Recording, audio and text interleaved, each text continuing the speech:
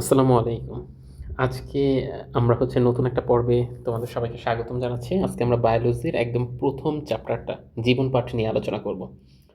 আমি আমার দিক থেকে চেষ্টা করব যে একদম পুরো বিস্তারিতভাবে তোমাদের মধ্যে এই ব্যাপারটা সম্পর্কে আলোচনা করার এবং প্রত্যেকটা চ্যাপ্টারের প্রত্যেকটা ওয়ার্ড খুঁটায়, খুঁটায় একদম ভেঙে দেওয়ার। যাতে তোমরা এমন কোনো যাতে প্রশ্ন আসলে তোমরা না পারো সেটা যেন কখনো তৈরি না হয়। একদম। আমি জানি না এতদিন তোমাদের কাছে বায়োলজিটা কেমন লাগবে, বাট এখন থেকে দেখবে যে এটা আরও অনেকটা ইজি হয়ে যাবে।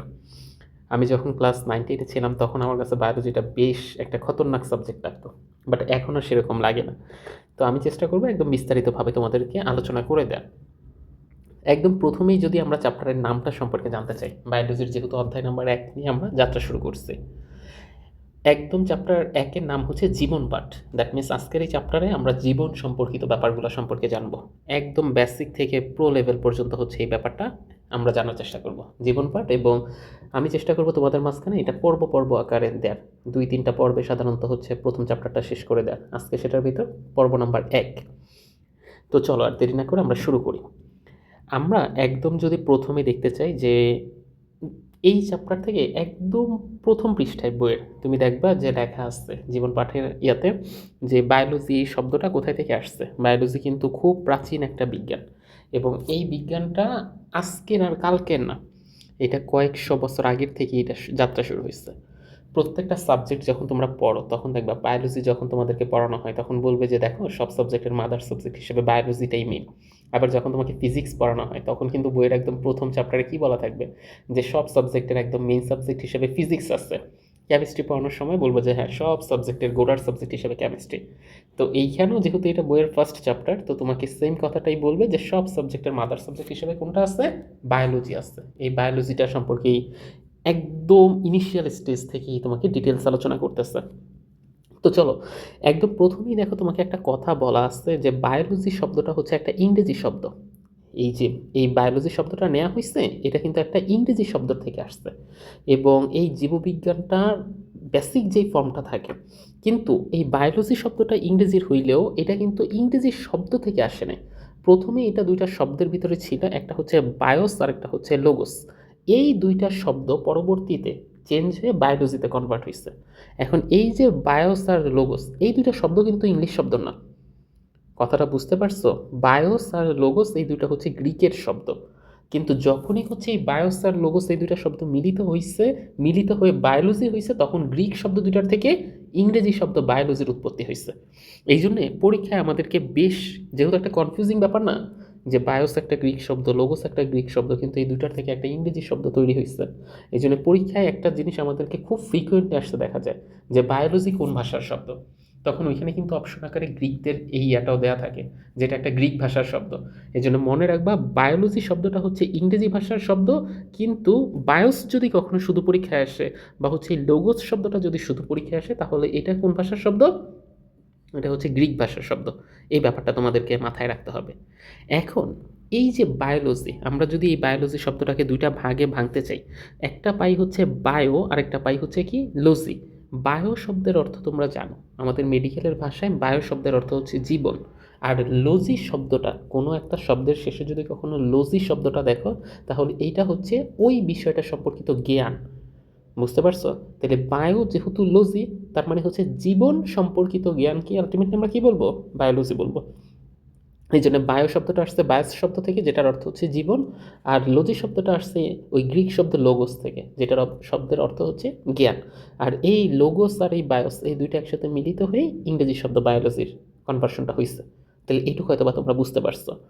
এখন এই বায়োলজিটা কিন্তু, এটার যদি তোমাকে কেউ জিজ্ঞেস করে যে আচ্ছা বলো তো তুমি বায়োলজিটা কেন পড়তেছো, মনে রাখবা বায়োলজি অনেক অনেগ ক্ষেত্র আছে, যেটা লাগে না বলতে গেলে এরকম কোনো টপিকই নেই।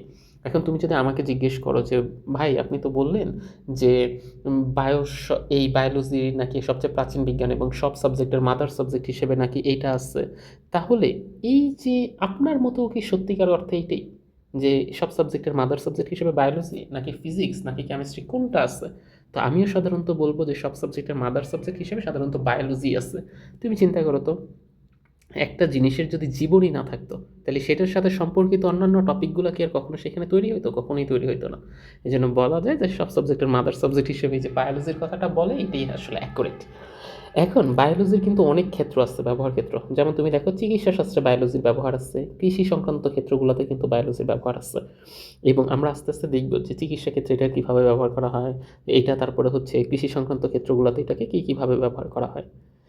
বায়োলজির একদম প্রথম যদি তুমি জিজ্ঞেস করো যে এটার আসলে যে বিকাশটা হয়েছে এটা কোথায় থেকে হয়েছে, এটা প্রাচীন গ্রিস, মিশর, মধ্যপ্রাচ্য, ভারতবর্ষ এবং চীন সহ এরকম জায়গার যে বিজ্ঞানীগুলো ছিল তারা প্রথম হচ্ছে এই বায়োলজির উৎপত্তি ঘটাইছে এবং আস্তে আস্তে এটাকে আরও ডেভেলপিং পর্যায়ে নিচ্ছে। ওই জন্য জায়গাগুলোর নাম একটু মনে রেখো, গ্রিস, মিশর, মধ্যপ্রাচ্য, ভারতবর্ষ এবং চীন, এই কয়টা জায়গায় এই বায়োলজিটার সূচনা হয়েছে এবং তারপরে এটা আরও সামনের দিকে আগাইছে। এবং একটা ব্যাপার সবসময় মনে রাখবা যে এই যে জীবন সম্পর্কিত যা কিছু আছে সব কিছু কিসের মধ্যে আলোচনা করা হবে? এই বায়োলজির মধ্যে আলোচনা করা হবে। একটা জীবের যা কিছু, জীবের প্রজনন বলো, বংশবৃদ্ধি বলো, হৃদচন বলো, খাদ্য গ্রহণ বলো, এভরিথিং, ইচ অ্যান্ড এভরিথিং ব্যাপারগুলোই আসলে এই বায়োলজি টপিকটার ভিতর চলে আসবে। এবার চলো তাহলে আমরা হচ্ছে একটু জেনে নেই যে এই বায়োলজির শাখাগুলা কী কী। বায়োলজির বা এই জীববিজ্ঞানের হচ্ছে দুইটা শাখা আছে, একটাকে বলা হয় ভৌত শাখা আর একটাকে বলা হয় ফলিত জীববিজ্ঞানের যে শাখা আছে। এখন আমাদের মধ্যে আমি যখন স্টুডেন্টদেরকে প্রশ্ন করি, আচ্ছা বলো তো এই ভৌত জীববিজ্ঞান বলতেই বা কী বোঝায়, আর এই যে এরপরে যে আমাদের এইখানে এই যে ফলিত জীববিজ্ঞান আসছে এই জীববিজ্ঞানটা বলতেই বা কী বোঝায়, তখন ওরা জাস্ট একদম এখানে একটা সংজ্ঞা লেখা আছে এই সংজ্ঞাটাই দেয়, কিন্তু এটার আর বেসিক ডিটেলসটা বলতে পারে না। তো চলো আমরা হচ্ছে এটা আগে জানি যে ভৌত জীববিজ্ঞান, এটা যে জীববিজ্ঞানের একটা শাখা, এটাতে কি কি বিষয় বা এটা কি জিনিস এটাকে হচ্ছে আগে একটু জানার চেষ্টা করি। আমাদেরকে বলছে কি ভৌত জীববিজ্ঞানে তত্ত্বীয় বিষয়গুলো নিয়ে আলোচনা করা হয়। এখন তোমাদের মধ্যে একটা অনেকেই আসছে যে এটা শুধুমাত্র জাস্ট পড়ো যে তত্ত্বীয় বিষয় নিয়ে আলোচনা করা হবে, কিন্তু এই তত্ত্বীয় বিষয়টা বলতে কি বোঝায়? আমি যদি তোমাদেরকে একটা উদাহরণ দিই, এইটা একদম ফার্স্টে একটু বোঝো। আমাদেরকে যখন মেডিকেলে পড়ানো হইতো তখন এটা বলতো কি যে একটা ধরো যে কোনো একটা অপারেশনটা সম্পর্কে আগে কিন্তু তোমাকে কি করবে, যে দেখো তুমি এটার এই জায়গা দিয়ে কাটবা, এইখানে এইভাবে কাটবা, এইটার এই সেলাইটা তুমি ইউজ করবা, সেলাইয়ের সময় এই সুতাটা ব্যবহার করবা, এই ব্যাপারগুলো কিন্তু আগে তোমাকে বই পুস্তকে শুধু পড়ানো হয়। এখন যখন পড়ানো হচ্ছে তখন কিন্তু তোমাকে হাতে কলমে করতে দিচ্ছে না, আগে পড়াইতেছে, শিখাইতেছে, পরে গিয়ে তুমি অপারেশন সেক্টরে সেটাকে ব্যবহার করতেছো।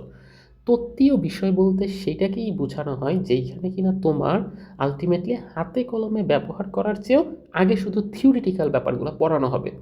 যতক্ষণ তুমি থিওরিটিক্যাল ব্যাপারটা পড়বা ততক্ষণ পর্যন্ত তোমার হাতে কলম করার কিন্তু কি নাই, কোনো স্কোপ নাই। তুমি এটা আগে মাথায় রাখো। তো এই জন্যই বলছে জীববিজ্ঞানের যেই শাখাগুলা মানে যেই বিষয়গুলোকে আমরা শুধুমাত্র এরকম তত্ত্বীয়ভাবে থিওরিটিক্যালি জাস্ট পড়ে যাচ্ছি, কিন্তু এটার অ্যাপ্লিকেশন করার মতো কোনো জায়গা আমরা পাচ্ছি না, এটাকেই বলা হচ্ছে তত্ত্বীয় বিষয়। তো জীববিজ্ঞানের এই যেই শাখাটায় এরকম এই তত্ত্বীয় বিষয়গুলো নিয়ে আলোচনা করা হবে সেটাকে বলা হচ্ছে ভৌত জীববিজ্ঞানের শাখা। এখন তুমি ধরে নিতে পারো এইখানে দেখো ভৌত জীববিজ্ঞানের অনেকগুলা ভাগ আছে, যেমন এটার অনেকগুলো সাধারণ টপিক, একটা হচ্ছে অঙ্গসংস্থান বিদ্যা, শ্রেণীবিন্যাস বিদ্যা, তারপরে হচ্ছে শারীরবিদ্যা, হিস্টোলজি, এরকম অনেকগুলা টপিক আছে। আমরা প্রত্যেকটাই ডিটেলস আলোচনা করব। তো তুমি এইখানে বোঝার সুবিধার্থে ধরে নিবা এই অঙ্গসংস্থান বিদ্যা বা মরফোলজি এটা হচ্ছে একটা বইয়ের মতো। এই বইটার ভিতর একদম ডিটেলস এই দৈহিক গঠন বা এরকমই জিনিসগুলো আলোচনা করা হবে, এটার কিন্তু বাহ্যিক কোনো প্রায়োগিক দিক তুমি পাবা না। কিন্তু অপরদিকে যদি তুমি ফলিত জীববিজ্ঞানের যে অংশটা আছে ওইটাতে শুধুমাত্র এই তত্ত্বীয় ব্যাপারগুলো যে আলোচনা করা হবে এটা না, ওইটা তুমি ব্যবহারিকভাবে আবার প্রয়োগও করতে পারবা। দ্যাট মিনস প্রায়োগিক বিষয়গুলোকে আলোচনা করা হয় ফলিত জীববিজ্ঞানের অংশে। আমি বুঝাইতে পারছি কথাটা? এইটা হচ্ছে আমাদের এখানের এই মেইন টপিক। এইবার আসো আমরা ফলিত জীববিজ্ঞানের পার্টটা পরে বলতেছি, আগে হচ্ছে এখানে ভৌত জীববিজ্ঞানের টপিকটি আলোচনা করি। ভৌত জীববিজ্ঞানের আমাদের এরকম কতগুলো সিঙ্গেল পার্ট আসছে। যেমন প্রথম যে টপিকটা আসছে এখানে একটা কথা কিন্তু আগে একটু বলে নিই তোমাদেরকে, কিন্তু এইখানের এই যে বাংলায় দেখো অঙ্গসংস্থান লেখা আছে, এটার পাশে কিন্তু ইংরেজিতে মরফোলজি শব্দটাও লেখা আছে। এখন এই অঙ্গসংস্থান শব্দের সাথে এই মরফোলজি এই শব্দটাকেও কিন্তু তোমাকে কী করতে হবে, মুখস্থ করতে হবে। ওই এই টপিকটার জন্য বাংলাটাও যেমন ইম্পর্টেন্ট, এটার ইংলিশটাও কিন্তু তেমন ইম্পর্টেন্ট। সবগুলো টপিকের জন্য না। আমি তোমাদেরকে পুরো বই যখন পড়াবো তখন কিন্তু বলবো না যে প্রত্যেকটা টপিকে বাংলাও পড়ো ইংলিশও পড়ো, কিন্তু যেই বিষয়গুলো আমাদের বোর্ডে এর আগে বাংলার পাশাপাশি ইংলিশ শব্দ আকারেও আসছে সেই ব্যাপারটা আমি তোমাদেরকে আগেই বলে দিব। ওই জন্য অঙ্গসংস্থান হচ্ছে এইটার ইংলিশ টার্মটাকে বলা হয় ইংলিশে মরফোলজি। এখন এই অঙ্গসংস্থান এই বইটা বা এই টপিকটার মধ্যে আসলে কি আলোচনা করা হয়? তোমাকে কি বললো যে একটা জীবের সার্বিক যে অঙ্গসংস্থানিক আছে বা দৈহিক গঠন আছে এই ব্যাপারটা নিয়ে হচ্ছে এখানে আলোচনা করা হয়। এখন একটু সহজ ভাষায় বলি, অঙ্গসংস্থানিক শব্দটা যেই অর্থে মিন করে দৈহিক গঠন এই দুইটা কিন্তু একই অর্থেই মিন করে, এটা মাথায় রাখবা। আমরা দৈহিক গঠন শব্দটার সাথে পরিচিত কিন্তু অঙ্গসংস্থানিক এই শব্দটার সাথে পরিচিত না। দৈহিক গঠন বলতে কি বোঝায়? আমি যদি তোমাকে হঠাৎ করে জিজ্ঞেস করি, আচ্ছা বলো তো তুমি দেখতে কেমন, এখন তুমি আমাকে কি বলবা? যে হ্যাঁ ভাই আমার একটা মাথা আছে, দুইটা হাত আছে, দুইটা পা আছে, এই ব্যাপারগুলো বলবা? না, এটার কিন্তু আরও একটা ধরনের উত্তর হইতে পারে। কেন তুমি তোমার ভিতরের অর্গানগুলো দিয়ে ডিটেলস বলতে পারতা না যে ভাই আমার একটা হৃৎপিণ্ড আছে, দুইটা ফুসফুস আছে, একটা পাকস্থলী আছে? আমি কিন্তু প্রশ্ন কি করছিলাম তুমি বুঝছো, আমি তোমাকে প্রশ্ন করছিলাম তুমি দেখতে কেমন, তোমার দৈহিক গঠনটা কেমন। তখন তুমি বললে এটার উত্তরটা বাহিরের অর্গানগুলো দিয়ে দিতে পারো, আবার ভেতরের অর্গানগুলো দিয়েও দিতে পারো। তাইলে তোমাকে যদি কেউ দৈহিক গঠনের এই বর্ণনাটা দিতে বলে তুমি কয়ভাবে দিতে পারতেছো? দুইভাবে। এই জন্য আমাদেরকে দেখো এখানে বলবে অঙ্গসংস্থান বা মরফোলজির ভিতর এটা দৈহিক গঠন নিয়ে বর্ণনা করে। কিন্তু দৈহিক গঠন কয় রকমের হইতে পারে? দৈহিক গঠন দুই রকমের হইতে পারে। একটা হচ্ছে দেহের বাহ্যিক বর্ণনা করতে পারে, আর একটা হচ্ছে দেহের অভ্যন্তরীণ বিষয়গুলোকে বর্ণনা করতে পারে। এখন যেইখানে দেহের এই বাহ্যিক বিষয়গুলোকে বর্ণনা করবে সেটাকে আমরা বলবো এক্সটার্নাল মরফোলজি, আর যেইখানে দেহের ভেতরের জিনিসগুলোকে বর্ণনা করবে সেটাকে বলবো কি ইন্টারনাল মরফোলজি। এক্সটার্নাল শব্দটার অর্থই তোমরা জানো যে এক্সটার্নাল শব্দটার অর্থ হচ্ছে কি বাহ্যিক, আর ইন্টারনাল শব্দটার অর্থ হচ্ছে ভেতর। দ্যাট মিনস তুমি তোমার বডির ভেতরের দিক থেকে দেখতে কেমন, তোমার দৈহিক গঠনটা কীরকম এইটা আলোচনা করবে কিসের ভিতর? ইন্টারনাল মরফোলজির ভিতর। আর তোমার বডিটা বাহিরের দিক থেকে দেখতে কেমন এইটা আলোচনা করবে কিসের মধ্যে? এক্সটার্নাল মরফোলজির মধ্যে। বুঝাইতে পারছি তো? এই এক্সটার্নাল আর এই ইন্টারনাল এই দুইটা টপিক একসাথে মিলে হবে এই অঙ্গসংস্থান বা মরফোলজি এই বইটার মধ্যে আলোচনা করবে। এখন এইটার কিন্তু তুমি দেখো কোনো ব্যবহারিক প্রায়োগিক দিক নেই, জাস্ট তোমার ওই পর্যন্তই এটা আলোচনার মধ্যে। তুমি বাইরের দিক থেকে দেখতে কেমন এটা বলতেছে, তুমি ভেতরের দিক থেকে দেখতে কেমন এটা বলতেছে। এটার প্রায়োগিক দিক কী হইতে পারে, এটার কেমনে প্রয়োগ করব, এই জন্যে এইটা ভৌত জীববিজ্ঞানের একটা অংশ। তাহলে এই টপিকটা তো বুঝতে পারছো যে অঙ্গসংস্থানের মধ্যে যে এই দুইটা রকমের হইতে পারে, বাহ্যিক আর অভ্যন্তরীণ, দ্যাট মিনস এক্সটার্নাল আর ইন্টারনাল। এবার আসো তার পরের যে ভৌত জীববিজ্ঞানের শাখাটা আছে এটাকে বলা হয় শ্রেণীবিন্যাসবিদ্যা বা টেক্সোনমি। এটা তোমরা ছোট ক্লাসে অনেকেই জেনে আসছো যে শ্রেণীবিন্যাসবিদ্যার মধ্যে কী কী বিষয় নিয়ে আলোচনা করা হবে। এই জীবজগতে যত প্রজাতির জীব আছে এগুলাকে প্রত্যেকটাকে জানার সুবিধার্থে এরকম আলাদা আলাদা শ্রেণীতে বিন্যাস করছে। এখন এই যে শ্রেণীতে প্রত্যেকটাকে যে আলাদা আলাদা, তোমাকে যদি আমি বলি বলো তো তুমি এই জীবটা দেখতে কেমন, তুমি বলতে পারলা। ওইটা দেখতে কেমন, ওইটাও বলতে পারলা। এরকম 70 নম্বর জীবটা যদি তোমাকে বলতে বলা হয় তুমি বলতে পারবা না? তখন তুমি দেখবা প্যাচ খেয়ে যাবা যে এতগুলা জীবের এত এত বৈশিষ্ট্য এগুলো কীভাবে মনে রাখবো। তখনই বিজ্ঞানীদের মাথায় আসছে তাহলে শ্রেণীবিন্যাস করি, প্রত্যেকটাকে এরকম কতগুলা ক্যাটাগরাইজেশনে ভাগ করি এবং এই ভাগের মধ্যে যারা যারা পড়বে তাদের সবার একটা কমন সাধারণ বৈশিষ্ট্য বলে দিতে পারবো। বলে দিলে তাইলে আর এই গোত্রের সবার আলাদা আলাদা বৈশিষ্ট্যগুলো না জেনে আমি এই কমন বৈশিষ্ট্যটা জেনে তারপরে কী করতে পারবো, ওদের সবার ব্যাখ্যা করে দিতে পারবো। এই ধারণার থেকেই এই শ্রেণীবিন্যাস বিদ্যার আলোচনা করা হয়েছে এবং এটার উৎপত্তিও হচ্ছে এখান থেকে। কিন্তু সমস্যা হইল, ধরো যে তোমাকে যদি আমি এইগুলাকে একটা ক্লাসিফিকেশন বা ভাগ করতে দিই, তুমি তোমার নিজের মতো ভাগ করলা, আবার আরেকজনকে দিলাম সে তার নিজের মতো ভাগ করলো, আরেকজনকে দিলাম সে তার নিজের মতো ভাগ করলো। এরকম প্রত্যেকেই যদি নিজস্ব একটা স্টাইলে ভাগ করতে থাকে তাইলে কি এইটার কোনো ইউনিকনেস বা একটা মানে সবাই বুঝতে পারবে ব্যাপারটা যে যার মতো ভাগ করছে। তখনই ওরা এটা চিন্তা করলো যে তাইলে যে যার মতো ভাগ না করে আমরা কিছু নির্দিষ্ট রীতিনীতি দিয়ে দিই, যেই রীতিনীতিতে সবাই ভাগ করবে এবং সবাই ওই রীতিনীতি পইরা ওইটাকেই ফলো করবে, এতে করে এই শ্রেণীবিন্যাস দেওয়ার সুবিধা হবে। তো তখন তাদের মাথায় এই কোন জীবকে কোন শ্রেণীতে ভাগ করব এটা নিয়ে একটা চিন্তা ভাবনা আসছে, প্লাস এটাকে কোন রীতিনীতিগুলো ফলো করে এটাকে ভাগ করব এই ব্যাপারটা আসছে। তো শ্রেণীবিন্যাস বিদ্যার ভিতর সাধারণত হচ্ছে এই টপিকটাই আলোচনা করা হয়। এটা হচ্ছে আমাদের 2 নাম্বার টপিক। এটাকে ইংলিশে বলা হচ্ছে কি, ইংলিশে আমাদেরকে এটাকে বলা হয় টেক্সোনমি। এই টপিকটা একটু মাথায় রেখো, টেক্সোনমি। এটা জীবের শ্রেণীবিন্যাস এবং এটাকে কিভাবে আলাদা আলাদা করতে হয় সেই টপিকটা নিয়ে তোমাকে ডিটেলস আলোচনা করে। 3 নম্বরের যেই জিনিসটা আছে এইটাকে আমাদের এখান থেকে বলা হয় কি, এইটাকে আমাদেরকে বলা হচ্ছে শারীরবিদ্যা। শারীরবিদ্যা এটাকে ইংলিশে বলা হয় ফিজিওলজি। একটু মাথায় মনে রেখে এটাকে ইংলিশে ফিজিওলজি বলা হয়। এখন এইখানে কি কি জিনিস নিয়ে আলোচনা করা হয়?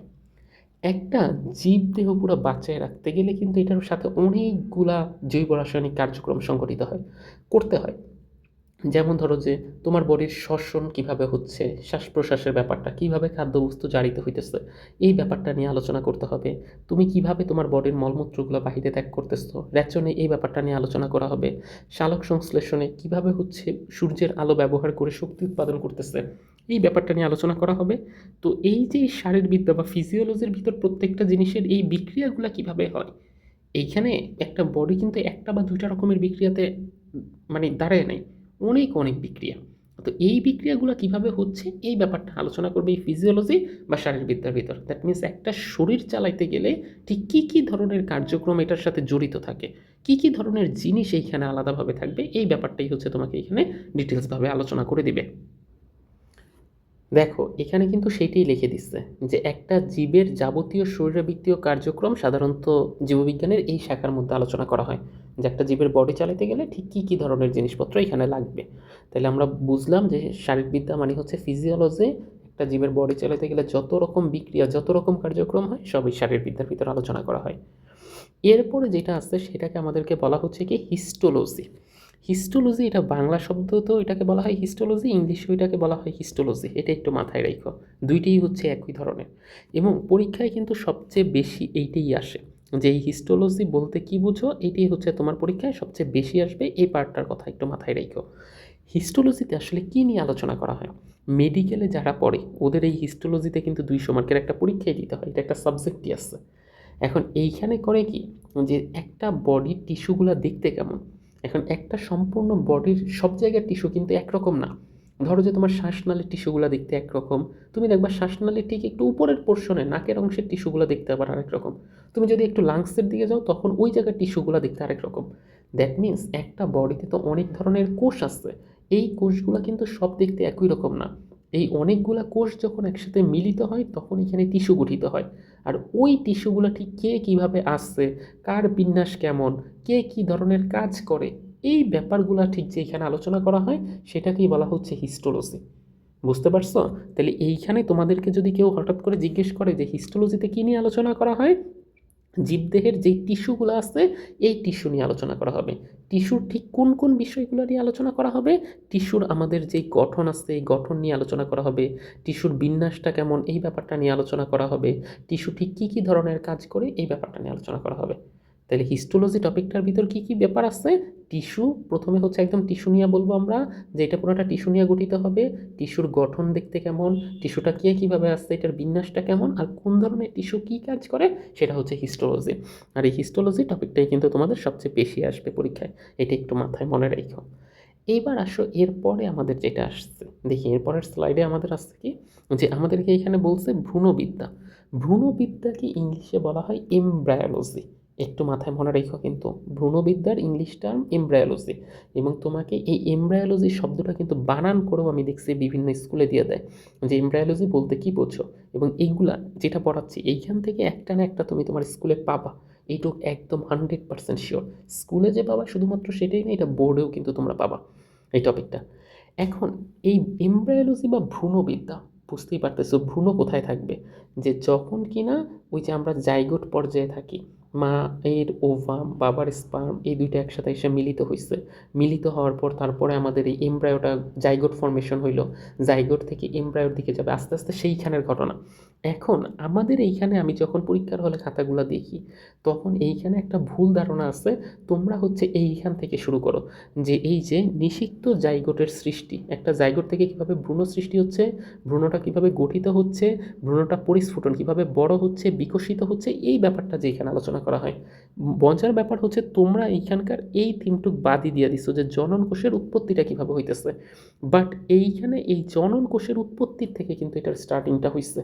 আমি বুঝাইতে পারছি? তোমরা যে শুধুমাত্র এইখানে ব্যাখ্যা করতেছো যে একটা জাইগোট কীভাবে সৃষ্টি হয়েছে, জাইগোট থেকে ভ্রূণের কীভাবে সৃষ্টি হয়েছে, ওই ভ্রূণটা কীভাবে গঠিত, ওইটা কীভাবে পরিস্ফুটিত হচ্ছে, আস্তে আস্তে বিকাশটা কীভাবে হচ্ছে, এই ব্যাপারগুলো কিন্তু শুধু ভ্রূণবিদ্যার মধ্যে আলোচনা করে না। ভ্রূণবিদ্যার ভিতরে একদম প্রথম থেকে যে সাধারণত আমাদের এইখানে কি বলা হয় যে আমাদের এইখান থেকে যে একটা জনন কোষ কীভাবে উৎপত্তি হইতেছে, ওই জনন কোষটার তারপরে হচ্ছে জনন কোষ উৎপত্তির পরে ওগুলা মিলিত হয়েছে, জাইগোট ফর্মেশন হয়েছে, সেগুলা একটু এই জায়গাটা কিন্তু বুঝছো যে এই জনন কোষের যে কনসেপ্টটা আছে এই জায়গাটাও তোমাদেরকে ব্যাখ্যা করতে হবে। শুধু এই যে নিষিক্ত জাইগোট থেকে এইখান থেকেই মোস্ট অফ দেম লেখা শুরু করে, এই ভ্রূণের কনসেপ্টটা আসছে বইলে এইখান থেকে, কিন্তু এটা জনন কোষের উৎপত্তি, ওই জনন কোষ একসাথে মিলিত হয়ে জাইগোট গঠন হয়েছে, ওই জাইগোট থেকে কীভাবে ভ্রূণ সৃষ্টি হয়েছে, ভ্রূণটা কী দিয়ে গঠিত, এটা কীভাবে বিকশিত হইতেছে, এই ব্যাপারগুলো হচ্ছে এখানে আলোচনা করা হবে এই এমব্রায়োলজি বা ভ্রূণবিদ্যার মধ্যে। ক্লিয়ার? এই জন্য প্রথম শব্দটা যেন কোনোভাবেই, যেটা গোল দাগ দিয়ে দিচ্ছে, এটা যেন কোনোভাবেই মিস না যায়, এই জায়গাটা একটু খেয়াল করবা। এরপর আমাদের যেটা আছে সেটাকে বলা হয় কোষবিদ্যা বা হচ্ছে সাইটোলজি। এইটারও কিন্তু ইংলিশ টার্মটা বাংলা টার্মের সাথে গুরুত্বপূর্ণ। কোষবিদ্যা বা সাইটোলজির যেই টপিকটা আছে এইটাকে আমাদেরকে কী নিয়ে আলোচনা করা হবে, এটা বোঝাই যাচ্ছে যে প্রত্যেকটা কোষের গঠন নিয়ে এখানে আলোচনা করা হবে, কোষটা কিভাবে কাজ করে, কোষটা কিভাবে বিভাজিত হচ্ছে, এই ব্যাপারগুলো নিয়ে। মানে এই সাইটোলজি পুরোটা কোষ সম্পর্কিত, একটা কোষ কীভাবে গঠিত হয়, গঠন হওয়ার পর এটা কী কাজ করে, এটা কীভাবে বিভাজিত হয়, এই টপিকটা তোমাকে এখানে ডিটেলস আলোচনা করা হবে। তারপরে আমাদের যেটা আছে সেটাকে বলা হয় বংশগতিবিদ্যা, জেনেটিক্স। বুঝতে পারছো? বংশগতিবিদ্যা বা জেনেটিক্স এই টপিকের ভিতর কীভাবে আলোচনা করা হবে যে একটা জীব কীভাবে বংশগতির ধারা অব্যাহত রাখে, এটা ঠিক কী কী জিন দ্বারা গঠিত, এই ব্যাপারগুলো নিয়ে হচ্ছে সাধারণত এই বংশগত বিদ্যার ভিতর আলোচনা করা হবে বা এই জেনেটিক্স টপিকটার ভিতর আলোচনা করা হবে। এর কিন্তু মোস্ট অফ দ্যাম এই যেমন জেনেটিক্সের আমাদের একটা চ্যাপ্টারই আছে, ওইখানে তোমাদেরকে পড়ানো হবে এই জেনেটিক্সের খুব যদিও অল্প কিছু টপিক সম্পর্কে তোমাকে ধারণা দেওয়া হবে, জিন কী, কীভাবে বংশগতির ধারা অক্ষুণ্ণ থাকে, এই ব্যাপারগুলো। তো ওইখানে আমরা দেখবা যে বংশগতিবিদ্যা বা জেনেটিক্স এটা মোট দুইটা জিনিস নিয়ে আলোচনা করা হবে, যে একটা জীব ঠিক কীভাবে বংশবৃদ্ধি করে, ওর ভিতর থেকে বাবার বৈশিষ্ট্যগুলো কীভাবে ওর ভিতর আসতেছে, মায়ের থেকে কীভাবে বৈশিষ্ট্যগুলো জিনের মাধ্যমে ওর কাছে আসতেছে, এই ব্যাপারগুলো এই বংশগতিবিদ্যা বা জেনেটিক্সের ভিতর আলোচনা করা হবে। এরপর আমাদের যেটা আছে সেটা হচ্ছে কি বিবর্তনবিদ্যা। বিবর্তনবিদ্যাকে বলা হয় ইভলিউশন। ইভলিউশনের এই সিস্টেমে কী কী আলোচনা করা হবে, বিবর্তন শব্দের অর্থ হয়তো বা তোমরা অনেকেই পরিচিত, যে আমাদের এখানে ডারউইন বলছিল যে জীবদেহের আজকের শুরুটা কিন্তু এইখান থেকে হয় নাই, এটা কিন্তু অনেক আগে হচ্ছে আমরা বা ওরা বলতো যে বানর ছিলাম, বানর থেকে আস্তে আস্তে পরিবর্তিত হইতে হইতে তারপরে হচ্ছে মানুষের উৎপত্তি হয়েছে। ইভলিউশন বা বিবর্তন হচ্ছে এইটা, যে পরিবেশের জন্য আমরা আমাদের নিজেদের বডির কী করি, যে কেউ কেউ হচ্ছে দৈহিকভাবে পরিবর্তন হয়, কেউ কেউ আবার শরীরবৃত্তীয় বিভিন্ন কার্যক্রম পরিবর্তন করে ফেলে। এই যে ওদেরকে পরিবর্তন হইতে হচ্ছে, একটা জীব যে তার নিজস্ব আগের অবস্থায় থাকতে পারতেছে না, তার যে একটা পরিবর্তন হইতেছে, এটাকে বলা হচ্ছে বিবর্তন। তো এই যে পৃথিবীতে একদম শুরুতে কীভাবে হচ্ছে একটা প্রাণের বিকাশ হয়েছে, জীব কেন আস্তে আস্তে এরকম বিবর্তনের ধারায় অংশগ্রহণ করে, আস্তে আস্তে সামনের দিকে আরও কী কী হবে, এই ব্যাপারগুলো পুরোটা আলোচনা করা হয় কি ইভলিউশন বা বিবর্তন বিদ্যার মধ্যে। ক্লিয়ার? বুঝাতে পারলাম তো যে একদম পৃথিবীর শুরুতে প্রাণের বিকাশটা কেমনে হয়েছে, তারপরে জীব কিভাবে বিবর্তিত হয় এবং এই বিবর্তন সামনে আর কারা কারা, এই তথ্যসমূহ নিয়ে বিবর্তন বিদ্যার ভিতরে তোমাকে ডিটেলস আলোচনা করা হবে। তারপর যেটা আছে সেটাকে বলা হচ্ছে কি বাস্তুবিদ্যা। বাস্তুবিদ্যার ভিতর এটাকে ইংলিশে বলা হয় ইকোলজি। এইটা একটা জীব এবং পরিবেশের সাথে, শুধু জাস্ট এই সম্পর্কটা মাথায় রেখো, জীব এবং তার পরিবেশের সাথে যে সম্পর্ক। তুমি বলো তো, তুমি যে বাইচা আছো, তোমার সাথে কি পরিবেশের একটা দেওয়া নেওয়ার সম্পর্ক না? তুমি পরিবেশকে কিছু দিতেছো, পরিবেশ তোমাকে কিছু দিতেছো। এই যে একটা জীবের সাথে যে পরিবেশের দেওয়া নেওয়ার বেসিক যে সম্পর্কটা গড়ে ওঠে, এই আন্তঃসম্পর্কটাই বলা হয় বাস্তুবিদ্যা বা ইকোলজির মধ্যে আমরা আলোচনা করা হবে, জীবের সাথে পরিবেশের আন্তঃসম্পর্ক। ক্লিয়ার? তারপরেরটা সবচেয়ে বেশি ইম্পর্ট্যান্ট, সেটা হচ্ছে আমাদের এন্ডোক্রাইনোলজি। এই এন্ডোক্রাইনোলজি পরীক্ষায় কিন্তু আমাদের অনেকবার আসছে, এটা একটু মাথায় রেখো এন্ডোক্রাইনোলজি টপিকে। এখন এইখানে যেটা আমাদেরকে বলছে যে এইটার বাংলা মিনিং হচ্ছে একদম সহজ ভাষায় হরমোন। দ্যাট মিন্স এন্ডোক্রাইনোলজির ভিতরে আলোচনা করা হবে হরমোন বিদ্যা, যে আমাদের বডিতে ঠিক কয় রকম হরমোন আছে, কোন হরমোন কোথায় থেকে উৎপন্ন হচ্ছে, কোন হরমোনের কাজ কি, এই ব্যাপারগুলো হচ্ছে এন্ডোক্রাইনোলজির মধ্যে আলোচনা করা হবে। কে ঠিক কোন বিক্রিয়ার মধ্যে কি অংশগ্রহণ করতেছে, কে কোন বিক্রিয়ার গতি বাড়াইতেছে, কোন বিক্রিয়ার গতি কমাইতেছে, এটা হচ্ছে আমাদের সেই এন্ডোক্রাইনোলজির মধ্যে আলোচনার বিষয়। বুঝাইতে পারছি? তাহলে এন্ডোক্রাইনোলজি পরীক্ষায় কিন্তু অনেকবার আসে। এটা হচ্ছে হরমোনবিদ্যা, হরমোনের কার্যাবলী সম্পর্কে তোমাকে এখানে আলোচনা করা হবে। আর একদম লাস্টে যেটা আছে সেটাকে বলা হচ্ছে জীবভূগোল বা হচ্ছে বায়োজিওগ্রাফি। বায়োজিওগ্রাফির মধ্যে কি আলোচনা করা হয়, যে প্রত্যেকটা জীব কিন্তু একটা নির্দিষ্ট ভৌগোলিক সীমারেখার মধ্যে অবস্থিত। যেমন তুমি দেখবা ক্যাঙ্গারু কিন্তু অস্ট্রেলিয়া ছাড়া পাওয়া যায় না। এরকম এই যে ক্যাঙ্গারুর অবস্থানটা অস্ট্রেলিয়া ছাড়া আর অন্য কোথাও পাওয়া যাচ্ছে না। উট কিন্তু মরুভূমি ছাড়া সেরকম আর অন্য কোনো দেশে পাওয়া যায় না। যেটা পাওয়া যায় ওইটা এক্সেপশনাল দুই একটা পাওয়া যেতেই পারে, কিন্তু ও কিন্তু সাধারণত মরুভূমির প্রাণী। ক্যাঙ্গারু কিন্তু অস্ট্রেলিয়ার ওই রিজিয়নের প্রাণী। তো এই যে একটা নির্দিষ্ট অস্ট্রেলিয়ার ওই ভৌগোলিক পরিবেশে ওর যেই ভৌগোলিক জায়গাটা আছে ওই জায়গাটায় ও ছাড়া যে অন্য কেউ আর থাকতেছে না, এটাকেই বলা হয় বায়োজিওগ্রাফি। পৃথিবীর এরকম অনেকগুলা দেশে আছে যেই জায়গায় কিনা ওই জীবটা ছাড়া আর অন্য কোনো জীব পাওয়া যায় না। বুঝতে পারছো? ওই একটা জীব একটা নির্দিষ্ট ভৌগোলিক পরিবেশের মধ্যে থাকে। তো এই যে এই ব্যাপারগুলো সম্পর্কে যে ইন ডিটেলস তোমাকে আলোচনা করা হচ্ছে, একটা নির্দিষ্ট ভৌগোলিক পরিবেশে এই জীবটাই থাকবে, এছাড়া আর অন্য কেউ থাকবে না। এই ব্যাপারগুলোই পুরোটা আলোচনা করা হয় কিসের মধ্যে? পুরোটা আলোচনা করা হয় এই জীবভূগোল বা বায়োজিওগ্রাফির মধ্যে। তো এখন তুমি যদি আমাকে বলো যে ভাই এখানের ইম্পর্টেন্ট কোনটা কোনটা কোনটা সবচেয়ে বেশি আসবে, তাহলে আমি তোমাকে একদম ডিটেলস বলে দিতেছি ভাই। এইখানে সবচেয়ে বেশি পরীক্ষায় আসবে ওই হিস্টোলজির টপিকটা, তারপরে পরীক্ষায় আসবে সাইটোলজির টপিকটা, তারপরে আসবে হচ্ছে এখানে এন্ডোক্রাইনোলজির এই টপিকটা। এই ব্যাপারগুলোকে একটু ভালো মতো পড়ো, তাইলে দেখবে যে এটা কিন্তু খ নাম্বারের প্রশ্ন। ও এইগুলা কিন্তু সবসময় আসবে কিসে? খ নাম্বারের প্রশ্নে সবচেয়ে বেশি পরিমাণে আসবে। তাহলে আমরা এতক্ষণ যে টপিকগুলো সম্পর্কে পড়ছি এগুলো কিন্তু সবগুলোই ছিল ভৌত জীববিজ্ঞানের পার্ট। তোমরা যদি একটু খেয়াল করো এই সবগুলোই কিসের পার্ট? এই সবগুলো হচ্ছে ভৌত জীববিজ্ঞানের অংশের মধ্যে আমরা আলোচনা করছি। এখন এইবার চলো আমরা হচ্ছে এটার ওই যে বলছিলাম জীববিজ্ঞানের মোট দুইটা পার্ট, আরেকটা পার্ট হচ্ছে ফলিত জীববিজ্ঞানের যেই অংশগুলো আছে, ফলিত জীববিজ্ঞানের অংশগুলোর মধ্যে আমাদের একদম বেসিক যেই ইয়াটা থাকবে সেইটা হচ্ছে কি, যে এইখানে জীবাশ্ম বিজ্ঞান নিয়ে আলোচনা করা হয়, এইখানে হচ্ছে জীব পরিসংখ্যান, পরজীবীবিদ্যা, মৎস্যবিদ্যা, এগুলো একটাও পরীক্ষায় আসবে না। পরীক্ষায় সর্বোচ্চ তোমার অবজেক্টিভে আসলে তোমাকে ওইখানে বলবে যে নিচের কোনটা ফলিত জীববিজ্ঞানের অংশ বা নিচের কোনটা ওই ভৌত জীববিজ্ঞানের অংশ। তখন তুমি কিন্তু দেখো ফলিত জীববিজ্ঞানের কিন্তু এরকম অনেকগুলো অংশ আছে, এই প্রত্যেকটা অংশ কিন্তু তোমার আলাদা আলাদাভাবে মনে রাখার কোনো প্রয়োজন নেই। এটা আলাদা আলাদাভাবে কোনোটাই মনে রাখার প্রয়োজন নেই। তুমি মুখস্থ করবা হচ্ছে ওই ভৌত জীববিজ্ঞানের অংশগুলা, সেইটা যদি না হয় তাহলে তার বিপরীতটাই হচ্ছে ফলিত জীববিজ্ঞানের অংশ, সেইভাবে হচ্ছে তুমি এখান থেকে আলাদা করে বসিয়ে দিবা। ক্লিয়ারলি আমি বুঝাইতে পারছি তো ব্যাপারটা? এখন এগুলা তুমি জাস্ট একবার এই যে ফলিত জীববিজ্ঞানের যে পার্টগুলো আছে এগুলো একবার তুমি রিডিং দিলেই পারবা। তুমি বলো তো কীট তত্ত্বের ভিতর, যেমন আমি কয়েকটা ধরে, কীট তত্ত্বের ভিতর কীভাবে কী নিয়ে আলোচনা করা হবে?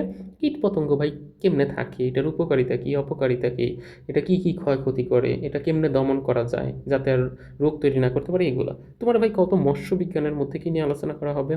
মাছ কী, মাছ কেমনে উৎপাদন করা যায়, মৎস্য সম্পদ কীভাবে আরও সংরক্ষণ করে রাখা যায়, এটা নিয়ে আলোচনা করা হবে।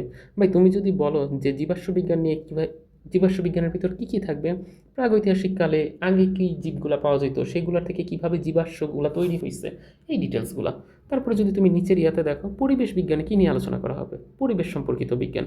জিন প্রযুক্তিতে কী নিয়ে আলোচনা করা হবে? জিন প্রযুক্তি নিয়ে আলোচনা করা হবে। চিকিৎসা বিজ্ঞানে কী নিয়ে আলোচনা করা হবে? যে মানবদেহের বিভিন্ন রোগ, এগুলোর কী কী চিকিৎসা। এই জন্য তোমাদেরকে বললাম যে এগুলো আলটিমেটলি পড়তে হয় না, এগুলো ইজিলি পারা যায়। জাস্ট একটা রিডিংয়ের মতো দিয়ে রাখবা, তাইলেই দেখবা যে পরীক্ষার হলে এইগুলার ইয়েগুলো লিখতে পারতেছো। তোমার এখান থেকে সবচেয়ে বেশি গুরুত্ব পাবে হচ্ছে কোনটা?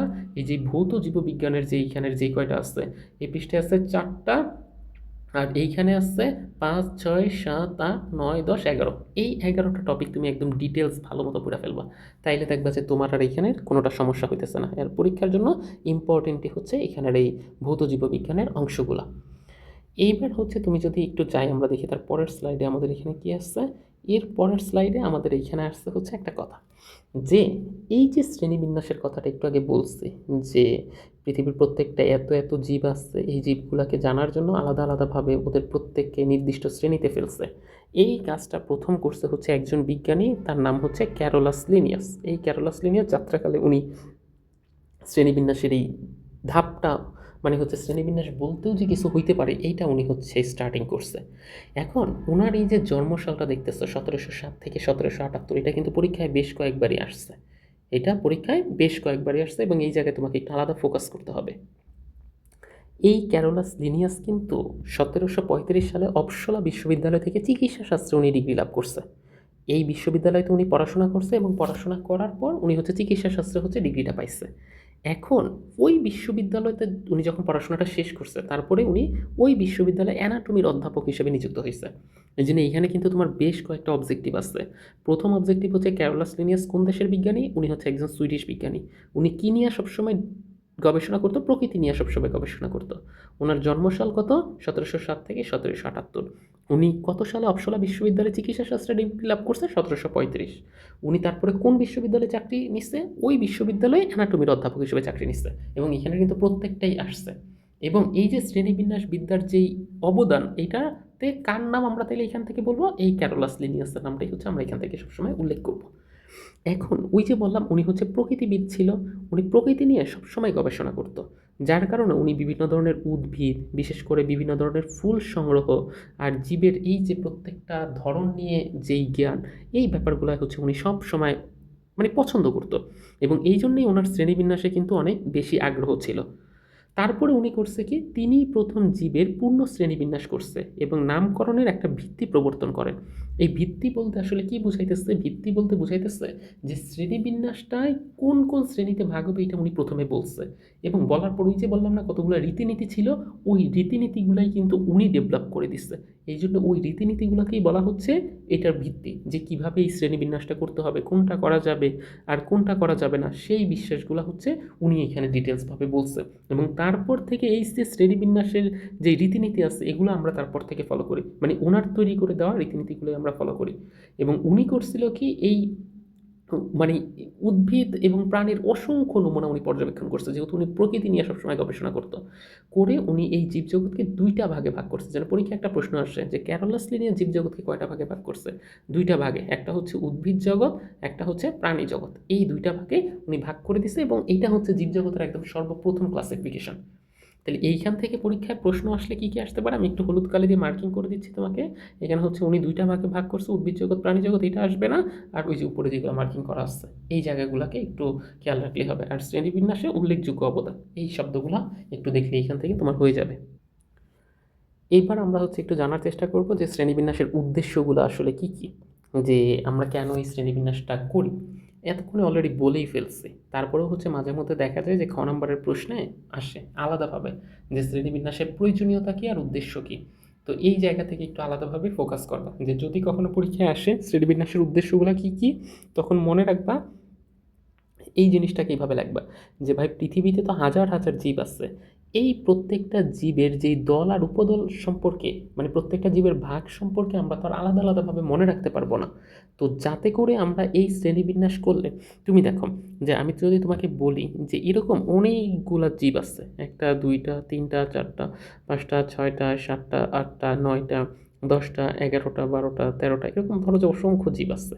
এখন এতগুলার এত এত বৈশিষ্ট্য কেমনে মনে রাখবো?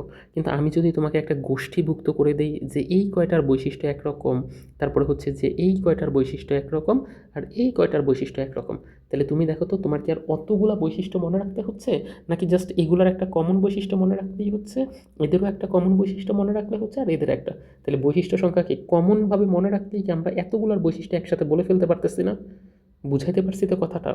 এই জন্য সাধারণত এই শ্রেণীবিন্যাসটা করা হয়, এরকম কতগুলো নির্দিষ্ট শ্রেণীতে ভাগ করে ফেলা হয়, যাতে খুব সহজে অনেকগুলা জীবের বৈশিষ্ট্য আমরা কী করতে পারি, সহজে আমরা মনে রাখতে পারি।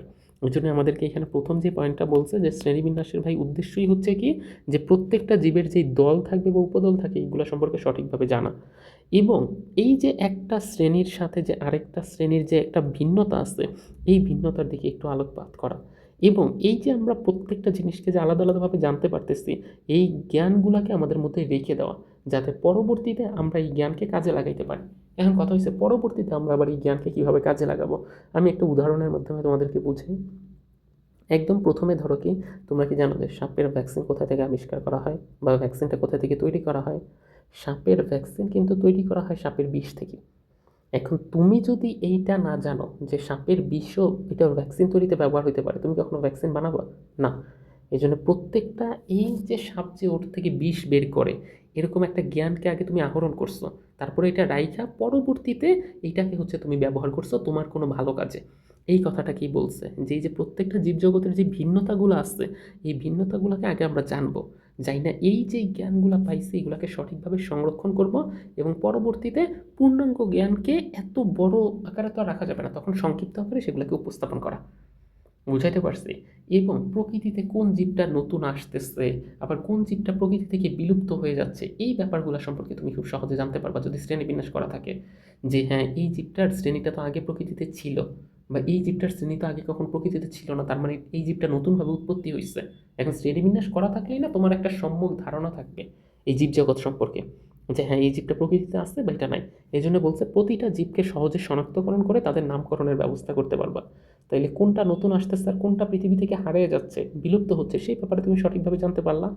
এবং কোন কোন জীবগুলাকে মানব জীবনের জন্য প্রয়োজনীয় এগুলাকে তুমি শনাক্তকরণ করতে পারবা। ওই যে বললাম সাপটা, যে সাপের কিন্তু অনেক ভালো দিকের ব্যবহার আছে, যে বিষের অ্যান্টিভেনম তৈরি করতে, তারপরে মৌমাছির কিন্তু মধু চাষে এরকম। তাহলে কোন জীবগুলোর ভালো ব্যবহারে আমরা ব্যবহার করতে পারবো আর কোন জীবগুলো কখনো ভালো ব্যবহার হিউম্যানের জন্য আসবে না, এই ব্যাপারগুলো তুমি শ্রেণীবিন্যাস করা থাকলে জানতে পারবা। তো একদম ওভারঅল যদি তুমি আমাকে জিজ্ঞেস করো যে ভাই শ্রেণীবিন্যাসের উদ্দেশ্য তাহলে কী দাঁড়াইলো, বিশাল এই জীবজগৎকে খুব অল্প পরিসরে খুব সহজভাবে আমরা জানতে পারবো, এবং এটা খুব সংক্ষিপ্ত আকারেই জানতে পারবো, বিস্তারিত ডিটেলস না। আমরা অনেকগুলো জীবকে এরকম কতগুলো নির্দিষ্ট শ্রেণীতে ভাগ করে এগুলো সম্পর্কে একদম একটা ডিটেলস প্রসিডিউর এখান থেকে জেনে ফেলার চেষ্টা করব। এরপরে আমাদের যে টপিকটা আসছে, যে আমাদের এইখানে বলছে কি জীবজগতের কতগুলো নির্দিষ্ট ভাগ আছে। জীবজগৎকে ওই যে আমাদের একদম প্রথমে ক্যারোলাস লিনিয়াস এটাকে কয়টা ভাগে ভাগ করছিল, দুইটা ভাগে, একটা হচ্ছে উদ্ভিদ জগৎ আর একটা হচ্ছে প্রাণী জগৎ। কিন্তু এইটা তো একটা ব্রড সেন্সে ভাগ হইলো, এই বিশাল একটা ইয়াকে দুইটা ভাগে ভাগ করলো, তাইলে কি আর বলো তো অতগুলো ডিটেলস সম্পর্কে জানা যায়? তখন পরবর্তীতে যে বিজ্ঞানীগুলো আসলো তারা চিন্তা ভাবনা করলো তাইলে জীবজগৎকে আমরা দেখি অন্যান্য আরও ছোট ছোট ভাগে ভাগ করতে পারি কিনা, এবং যার ফলে আমরা জীবজগৎকে আরও খুব বিস্তারিতভাবে জানতে পারবো। এবং তারপরে এই জীবজগৎকে যে আরও ভাগ করার একটা টেন্ডেন্সি শুরু হইলো এবং সেটা তারপরে সামনের দিকে অগ্রসর হইল। যেমন এইখানে তোমাকে কি বলছে দেখো, ক্যারোলাস লিনিয়াসের সময়কাল থেকেই শুরু করে বিংশ শতাব্দীর মাঝামাঝি সময় পর্যন্ত এটা ওই যে ক্যারোলাস লিনিয়াস উদ্ভিদ জগৎ আর প্রাণী জগৎ এই দুইটা রাজ্যে ভাগ করছে, এটাই চলতো। কিন্তু পরবর্তীতে দেখা গেছে যে ডিএনএ আর আরএনএ যখন আবিষ্কার হচ্ছে তখন এই ডিএনএ আর আরএনএর প্রকারভেদ, তারপর হচ্ছে জীবদেহে কোষের সংখ্যা বৈশিষ্ট্য এগুলোর উপর ভিত্তি করে এটাকে আরও ভাগে ভাগ করলো। কিন্তু তার আগ পর্যন্ত কিন্তু ওই যে দুইটা ভাগই, একটা হচ্ছে উদ্ভিদ জগৎ আর একটা হচ্ছে প্রাণী জগৎ, এই দুটি চলতো। যখন কিনা আরও সামনের দিকে যাচ্ছে তারপরে আস্তে আস্তে ডিএনএ লেভেলটা যখন আবিষ্কার হইলো, তারপরে হচ্ছে আরএনএর প্রকারভেদ, এই জিনিসগুলো আবিষ্কার হইলো, কোষের বৈশিষ্ট্য, কোষ কতগুলো থাকে কোনো একটা বডিতে, কে কী ধরনের খাবার খায়, এই ব্যাপারগুলো হচ্ছে যখন থেকে হচ্ছে আবিষ্কার হওয়া শুরু হলো, তারপর তারা চিন্তা করলো তাইলে জীবজগৎ কি এইগুলোর উপর ভিত্তি করে একটু দেখি ভাগ করতে পারে কিনা, এবং তারপর থেকে তারা এটা আবিষ্কার করার চেষ্টা করলো। এবং পরবর্তীতে এখান থেকে দেখা গেছে কি যে আর এই ছুইটটেকার যে আছে, এই যে এখানে বলছে আর এই ছুইটটেকার 1969 সালে জীবজগৎকে 5টা রাজ্যে ভাগ করছে এবং এটা 5 কিংডমে ভাগ করার উনি প্রস্তাব দিচ্ছে। কিন্তু পরবর্তীতে দেখা গেছে কি যে মার্গিউলিস এটার সাথে আইসা একটু যোগ করছে। সে বলছে যে দেখো তুমি এই জীবজগৎকে, এই যে দেখো এখানে যে জীবজগৎ, এটাকে এই 5টা রাজ্যে ভাগ সরাসরি ভাগ না কইরা আগে তুমি 2টা সাব কিংডমে ভাগ করো। মার্গুলিসের কথা কিন্তু এটা, এটা কিন্তু আর এই ছুইটাকার বলছিল জীবজগৎকে সরাসরি কয়টা ভাগে ভাগ করো, জীবজগৎকে সরাসরি 5টা রাজ্যে ভাগ করে ফেলো। কিন্তু পরবর্তীতে এই যে মার্গুলিস সেটাকে বলল, হুইটটেকারের ওই শ্রেণীবিন্যাসটাকে 1974 সালে একটু হালকা পরিবর্তন করছে, এবং পরিবর্তন করে উনি করছে কি জীবজগৎকে প্রথমে 2টা সুপার কিংডমে ভাগ করছে। প্রথমে আমাদের এখানে একটা হচ্ছে সুপার কিংডম 1 আর একটা হচ্ছে সুপার কিংডম 2, এই 2টা ভাগে ভাগ করছে। তারপর এই 2টা সুপার কিংডমের আন্ডারে বাদবাকি ভাগগুলোকে এখানে উনি রাখার চেষ্টা করছে। বুঝাতে পারলাম তো ব্যাপার? এই কথাটাকে আমাদেরকে এখানে বলছে যে তুমি একটু পড়ে দেখো যে আর এই ছুইটটেকার 1969 সালে 5টা রাজ্যে প্রথমে ভাগ করছে, রাজ্যে ভাগ করার পর ওনার কাছে মনে হয়েছিল যে হ্যাঁ সরাসরি জীবজগৎ এই 5টা রাজ্যের জন্যই যথেষ্ট। কিন্তু পরবর্তীতে মার্গুলিস এখানে এসে বলল যে উনি এই শ্রেণীবিন্যাসের একটা বিস্তারিত আর পরিবর্তিত রূপ দিচ্ছে। প্রথমে 2টা সাব কিংডমে ভাগ করছে সুপার কিংডম, তারপরে সেটাকে 5টা রাজ্যকে সেই 2টা সুপার কিংডমের আন্ডারে অন্তর্ভুক্ত করে দিচ্ছে, এবং এরপরেই হচ্ছে এইটার এরকম 1টা 2টা সুপার কিংডমের প্রত্যেকটার বৈশিষ্ট্য উনি ব্যাখ্যা করতে চাইছে। বুঝাইতে পারলাম তো তোমাদেরকে কথাটা? এইভাবে হচ্ছে পরবর্তীতে আগাইছে, এবং এইখানে যখন ভাগ করছে সুপার কিংডম 1, এবং এটাকে উনি বলছে প্রোক্যারিওটা, এবং সুপার কিংডম 2 যেটা, এটাকে উনি বলছে ইউক্যারিওটা। এখন এই প্রোক্যারিওটা শব্দটাকে আমরা একটু যদি ভাগ করি, প্রো শব্দের অর্থ হচ্ছে আদি। প্রো শব্দের অর্থ কি? আদি। আর ক্যারিওটা শব্দের অর্থ হচ্ছে নিউক্লিয়াস। এটা একটু মাথায় রেখো। ক্যারিওটা শব্দের অর্থ হচ্ছে নিউক্লিয়াস। আর ইউ শব্দের অর্থ হচ্ছে নতুন, আর ক্যারিওটা শব্দের অর্থ হচ্ছে নিউক্লিয়াস। তাহলে এই প্রোক্যারিওটা মানে তো তুমি বুঝতেই পারতেছো, তার মানে যার ভিতরে এই আদি নিউক্লিয়াসটা আছে তাকেই বলবো প্রোক্যারিওটা। আর যার ভিতর এই একদম ভালো বা সুগঠিত নিউক্লিয়াসটা আছে তাকে বলবো ইউক্যারিওটা। তো প্রোক্যারিওটার ভিতর উনি একটা ভাগকে রাজ্যকেই রাখছে, সেটা হচ্ছে মনেরা। আর ইউক্যারিওটার ভিতর উনি রাজ্য, যেটা 2 প্রোটিস্টা, তারপরে ফানজাই, প্লান্টি, অ্যানিমিলিয়া, এরকম অনেকগুলো আলাদা আলাদা ভাগে ভাগ করছে, এবং প্রত্যেকটারই উনি হচ্ছে ডিটেলস প্রসিডিওর দিচ্ছে। আজকের এই ভিডিওতে আমি তোমাদের সাথে এই পর্যন্তই হচ্ছে বিস্তারিত আলোচনা করলাম, যে এই সুপার কিংডমের ভাগগুলা কিভাবে আসছে, তারপরে হচ্ছে শ্রেণীবিন্যাস আমরা কেন করি, তারপরে হচ্ছে জীববিজ্ঞানের যে 2টা শাখা আছে এই ব্যাপারগুলো। পরবর্তী ভিডিওতে আমরা সাধারণত হচ্ছে এই যে ভাগগুলো আছে প্রত্যেকটা ভাগের একদম ডিটেলস আলোচনা করব, এবং এই ডিটেলসে কোনটা কিভাবে খুব সহজে আমরা মনে রাখতে পারবো সেই বিষয়টা সম্পর্কে আমি তোমাদেরকে জানাবো, যে এই যে সুপার কিংডম 1-এর যে বৈশিষ্ট্যগুলো আছে এগুলো। তো আশা করি যে পরবর্তী ভিডিওতেও তোমরা আমার সাথে থাকবে, এবং আমাদের এই প্লেলিস্টে একটু ডিটেলস আলোচনা করতেছি, তো একটা ভিডিও আসলে অনেক বড় হয়ে যাচ্ছে, প্রায় এটা 40-41 মিনিটের মতো ভিডিও হয়ে গেছে। তো একটু একটু করে এই পুরো প্লেলিস্টটা কমপ্লিট করলেই তোমরা এই বোর্ডে এই চ্যাপ্টার থেকে যে কোনো ধরনের প্রশ্নে আনসার করতে পারবো, এবং আমি হচ্ছে একটু ডিটেলসভাবেই বলতেছি। তো তো আশা করি পরের ভিডিওটা আরও সুন্দর হবে এবং আরও ভালো হবে, এবং সেই কামনা রেখে আজকের মতো আমরা এখানে শেষ করতেছি। ধন্যবাদ সবাইকে।